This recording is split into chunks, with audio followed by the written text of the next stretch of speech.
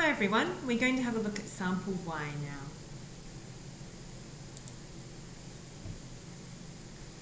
So sample Y, when we test this compound using the bromine water test, the orange colour remains.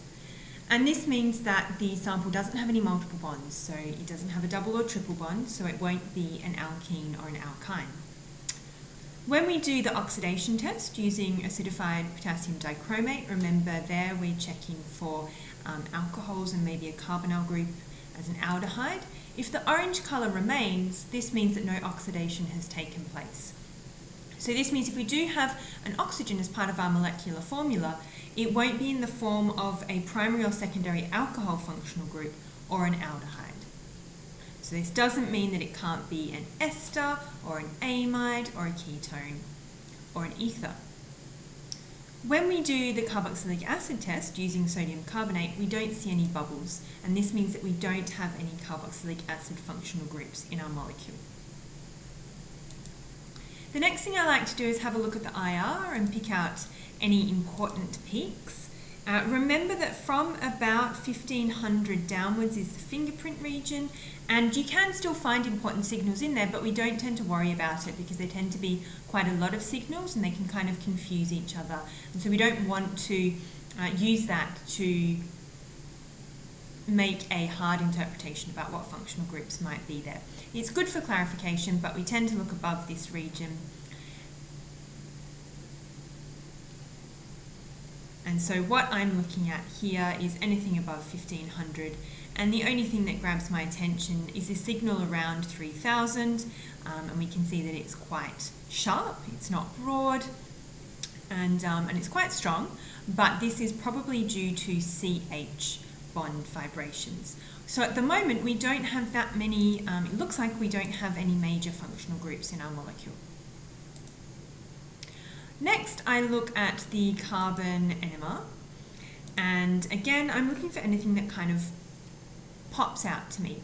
So here we can see that we haven't gone actually that far downfield in our spectrum. We've only gone to about 60. So we could start thinking about maybe we don't have a ketone or an ester group. We have carbons that are sort of around the alkane region, this one obviously being more downfield than the other signal. And then something else I'm going to pick out here is that we have two different heights of our signals, and it seems that one signal is higher than the other, and it's about double. So this might mean that we have two carbons that are identical, giving rise to a larger signal in our more upfield carbon peak. And then finally, I just have a quick look at the proton NMR. And here what we're looking for are how many protons we have in our molecule. And here it looks like we have 7, judging by our integrations. So after I've had initial looks at the IR and NMR spectra, I then come to the mass spec, and I'm going to put together everything I know about what potential functional groups might be in the molecule with the molecular weight of this compound by finding out the mass of the molecular ion. I'll put it together, and from there I can come up with a tentative molecular formula for our molecule. So I look at the very end of my mass spectrum, and here I'm looking at a value of about 80 as being our molecular ion peak, but I'm also going to note this value here at 78 because it's quite close to our molecular ion peak. And remember, if we don't have any other functional groups in our molecule, we might have a halogen. So these are the two important signals I'm going to pick up as a potential first look at our mass spectrum. So then I jot down what I know from the NMR spectra. So I know that we had 2 carbon signals and they were in a 2:1 ratio. So potentially I have 3 carbons in my molecule. We know from the proton NMR spectrum that I have 7 protons, and so if we do take this as being 3 carbons, together this gives me a tentative mass of 43. And that means that from our 80 here, we're missing about 37, which is the molecular weight of 1 isotope of chlorine. Now remember that chlorine is in a 3:1 ratio, and we'll come to that in a minute. We can double check that we don't have any oxygens by looking at our IR spectrum, and there it didn't really pick up any particular peaks that would indicate any functional groups for oxygen. And as well, this 37 is a bit of a giveaway. If it were 36, we could be dealing with, if it were 32, sorry, we could be dealing with 2 oxygen molecules plus a couple of hydrogens. So do keep that in mind when you're having a look at the mass spectrum. But here we can see we have this definite molecular iron peak here, and then separated by 2, we have this other peak that's quite far down the spectrum at 78. And if we were to say that we had chlorine that was 35, then together with the 3 carbons and the 7 hydrogens, we would get a molecular mass of 78. And the fact that they're in a 3-to-1 ratio suggests that we probably have chlorine as our other atom in this compound. So we're looking at a final molecular formula of C3H7Cl.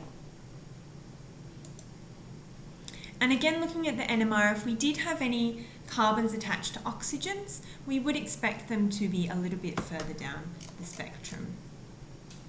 So for example, if we had alcohols, ethers or esters, the carbon-oxygen bond is usually 50 to 90. And then if we do have, say, esters or acids or aldehydes or ketones, then the carbon signal is usually beyond 160. So we've ascertained that we have our 3 carbons, and this carbon here is probably a carbon that's attached to the chlorine, which has shifted it downfield. And so we have 1 carbon with the chlorine attached and 2 carbons that are exactly the same with the hydrogens attached. And so this gives you an idea that we're probably looking at some sort of symmetry in our molecule. The first thing I like to do when I get to my proton NMR spectrum is to then draw in my carbon backbone. So we have our 3 carbons drawn in here. And we know one of the carbons has a chlorine attached, and we know the other 2 carbons are exactly the same. So if we look at this molecule, we have a line of symmetry here. So this means that our chlorine is probably attached to our central carbon along with a hydrogen. And then the other 2 carbons have the remaining hydrogens attached.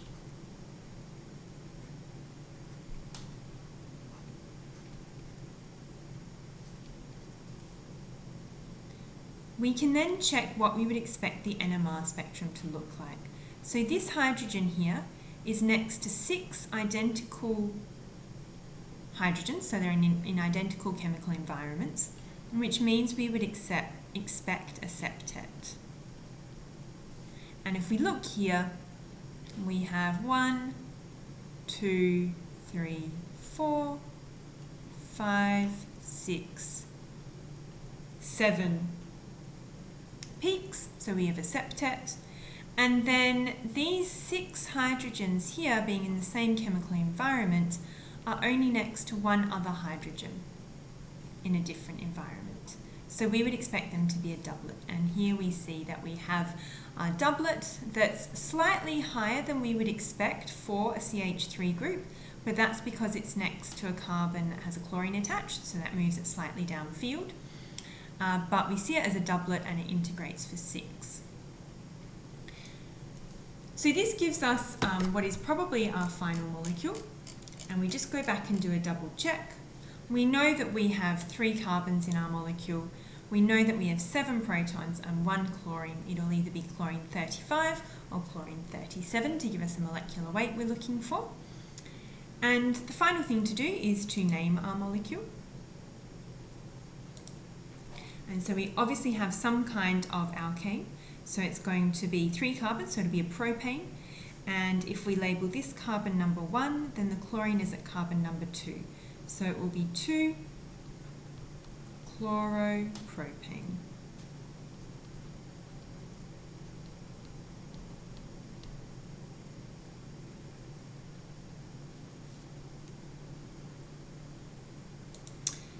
And just to double check that it can't be, so the chlorine can't be on a different atom, for instance, a different carbon atom, If we had our chlorine sitting at the 1 position, then we would have 2 hydrogens that would be at this signal at about 3.6. And because they'd be next to a carbon that had 2 other hydrogens attached, then that signal would be a triplet.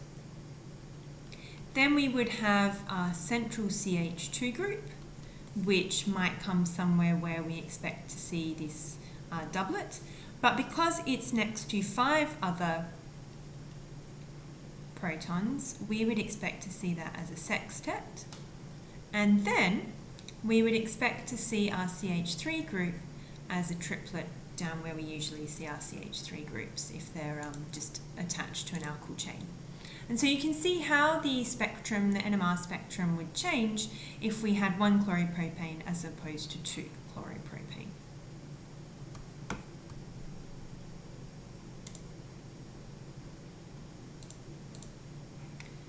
So hopefully working through sample Y as an example of where we do have a halogen, hopefully working through that mass spectrum and spending a little bit more time there helps you understand why we identified it as chlorine, particularly with that 37 molecular weight that was missing when we had a look at all the carbons and hydrogens taken into account. And then having a look at where the chlorine might be as well is important to think about, and always double checking that your placement of your halogen matches what's in your proton NMR spectrum. So I hope that's been helpful.